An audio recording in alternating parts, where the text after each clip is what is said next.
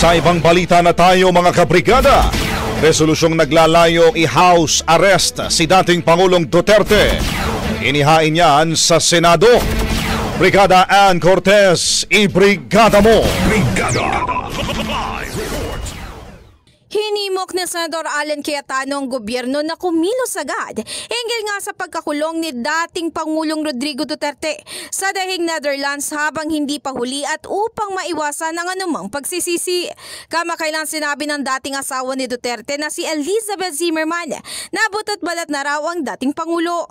Kaugnay nga nito, agad na naghain sa Cayetano ng resolusyon na siyang nananawagan sa pamahalaan ng Pilipinas na hilingin sa International Criminal Court na bigyan ng interim release o pansamantalang kalayaan si Duterte.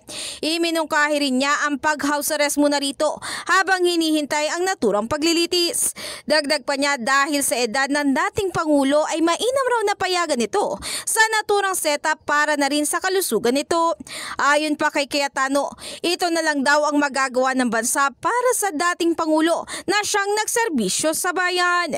In the heart of changing lives, ako si Brigada Ann Cortez ng 105.1 Brigada News FM Manila, the Music News Authority. Brigada Balita Nation. Ang bahaging ito ay hatid sa atin ng Maxan Mangosteen Santone Coffee. Max Healthy, Max Sarap.